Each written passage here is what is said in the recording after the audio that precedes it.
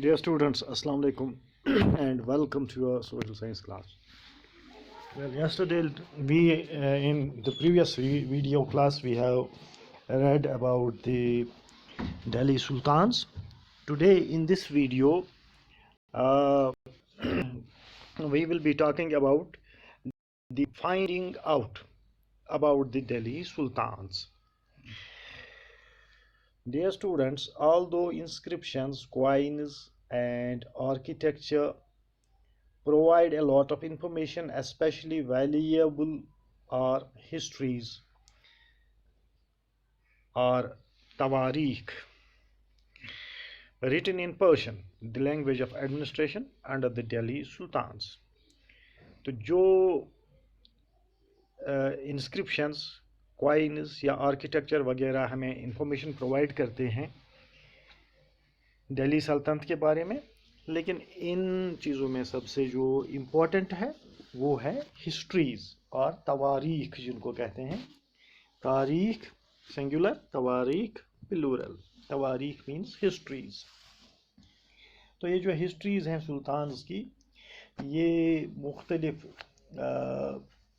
Authors نے لکھی ہیں، تو ان سے ہمیں دہلی سلطنت کے بارے میں بہت ساری معلومات حاصل ہوتی ہیں.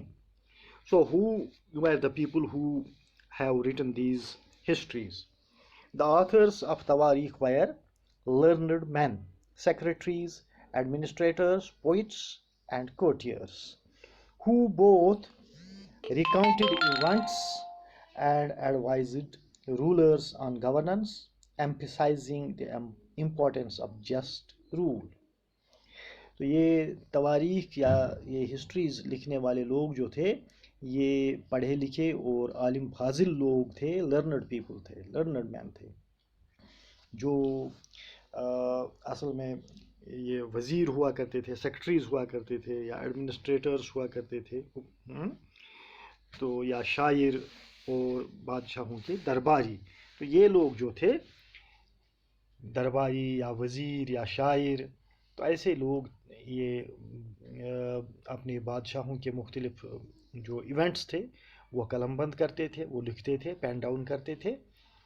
اور یہ لوگ ان تاریخی واقعات کو لکھنے کے ساتھ ساتھ بادشاہوں کو ایڈوائز بھی کرتے تھے، ان کو مشورہ بھی دیتے تھے مختلف معاملات میں، حکومت کے معاملے میں، گورننس کے معاملے میں، اور وہ ان چیزوں پر بھی زور دیتے تھے، اخلاقیات وغیرہ، جیسے کہ مطلب امپورٹنس آف جسٹ رول، یعنی عدل انصاف کے بارے میں بھی وہ بادشاہوں کو مشورے دیتے تھے. تو ایسا ہی ایک ہے یہاں پہ the circle of justice, the circle of justice. اس کے بارے میں ہم ذرا دیکھتے ہیں کہ یہ سرکل آف جسٹس کیا تھا. فخر الدین مدبر wrote in the 13th century, a king cannot survive without soldiers. یہ فخر الدین مدبر تھے، ایک لرنڈ مین، تو یہ وزیر تھے لگ بھگ. یہ لکھتے ہیں 13ویں صدی میں انہوں نے لکھا ہے کہ a king cannot survive without soldiers, and soldiers cannot live without salaries. Salaries come from the revenue collected from peasants, but peasants can pay revenue only when they are prosperous and happy. This happens when the king promotes justice and honest governance. When king promotes justice and honest governance. تو یہ ایک circle of justice ہے کہ بادشاہ جو ہوتا ہے وہ سروائیو نہیں کر سکتا، وہ بادشاہ نہیں رہ سکتا وداؤٹ سولجرز، جب تک کہ اس کے پاس فوج نہ ہو. And soldiers can not live without salaries.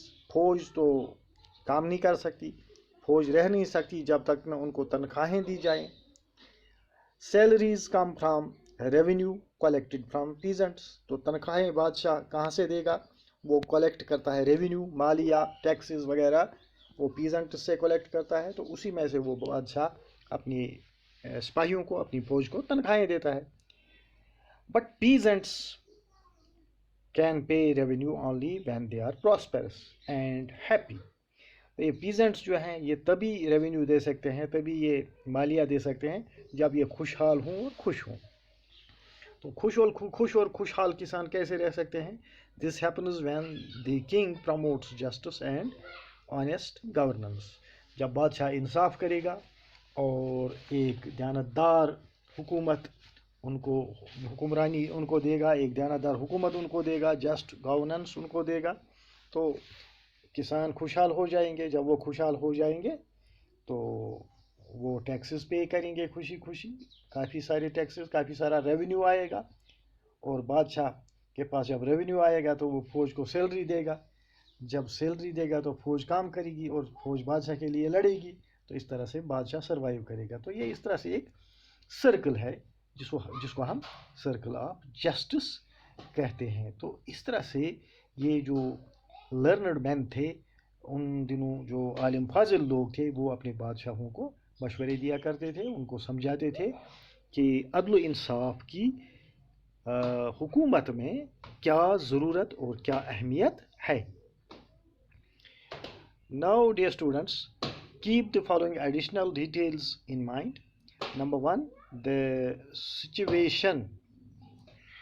The authors of the Tawarikh lived in cities, mainly Delhi, and hardly ever in villages. یہ جو تواریخ لکھنے والے تھے، یہ ہسٹریز لکھنے والے جو تھے، یہ اکثر سٹیز میں رہتے تھے، خاص کر دہلی میں رہتے تھے، اور کبھی کبھار ہی شاذ و نادر ہی کوئی ایسا ہوگا جو کسی گاؤں دیہات میں رہتا ہوگا. ادروائز یہ لوگ شہروں میں ہی بود و باش کرتے تھے، شہروں میں رہتے تھے، خاص کر دہلی میں.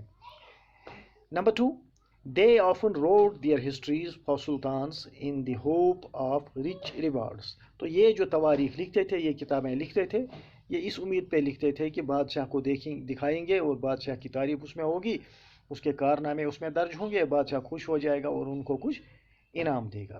تو یہ سیکنڈ پوائنٹ تھا. تھرڈ پوائنٹ یہ ہے تواریخ کے بارے میں کہ یہ جو آتھرس تھے، these authors advised rulers on the need to preserve an ideal social order based on the birthright and gender distinctions. Their ideas were not shared by everybody. تو یہ برتھ رائٹ اور جینڈر ڈسٹنکشنز کے بارے میں بھی بادشاہ کو advise کرتے تھے.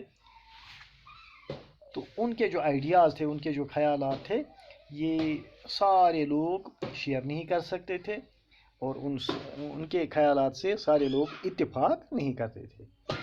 In 1236, Sultan Iltutmish's daughter Razia became Sultan. The chronicler of the age, Minhaj Siraj, recognized that she was more able and qualified than all her brothers, but he was not comfortable as having a queen, a ruler. He was not comfortable at having a queen as ruler, nor were the nobles happy at her attempts to rule independently. She was removed from the throne in 1240. تو یہ منہاج السراج ان کے بارے میں لکھتے ہیں، رضیہ سلطان کے بارے میں، کہ التمش جو تھا بادشاہ شمس الدین التمش، اس کی بیٹی تھی رضیہ سلطان.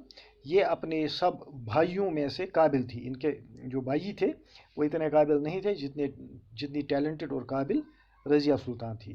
اور سلطان چاہتا تھا اپنی بیٹی کو ہی بادشاہ اپنی جگہ اپنا جانشین بنانا. تو یہ منہاج السراج جو تھا کرونیکلر، یہ بھی یہ ریکگنائز کرتا ہے، یہ بھی ایکسیپٹ کرتا ہے کہ رضیہ واقعی اپنے بھائیوں سے زیادہ قابل تھی، لیکن چونکہ وہ ایک عورت تھی اس لیے یہ اس کو بادشاہ تسلیم کرنے کے لیے، اس کو رولر تسلیم کرنے کے لیے یہ لوگ مینٹلی اور سائیکولوجیکلی تیار نہیں تھے. تو جب وہ بادشاہ بنی اس کے خلاف سازشیں ہوئی مختلف طریقوں سے، اور 1240 عیسوی میں اس کو ڈی تھرون کیا گیا، بادشاہت سے ہٹایا گیا. So this was about this gender distinction. تو جینڈر کی بیسس پر اس کو، یعنی وہ ایک چونکہ عورت تھی، اس بنا پر اس کے ساتھ یہ ڈسکرمنیشن کیا گیا، اس کو بادشاہ تسلیم نہیں کیا گیا، اس کے خلاف جو سازشیں تھیں وہ چلائی گئی، اور آخرکار اس کو 1240 میں اپنی اس اقتدار سے ہٹایا گیا. Now see what Minhaj Siraj thought about Razia. Minhaj Siraj thought that the queen's rule went against the ideal social order created by God, in which women were supposed to be subordinate to men. He therefore asked, in the register of the God's creation, since her account did not fall under the column of men, how did she gain from all of her excellent qualities? On her inscriptions and coins, Razia mentioned that she was the daughter of Sultan Iltutmish.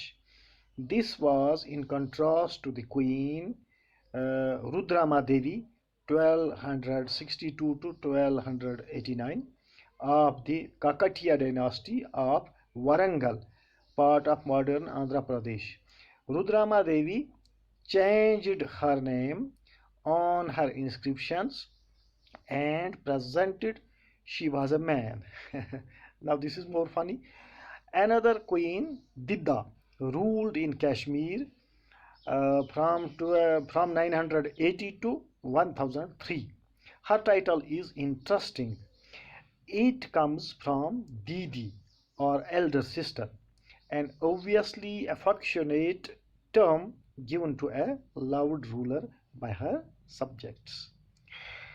Express Minhaj's ideas in your own words. Do you think Razia shared these ideas? Why do you think it was so difficult for a woman to be a ruler? Now this is the assignment for you. I hope you will go through the lesson and try to answer this question. Thank you very much.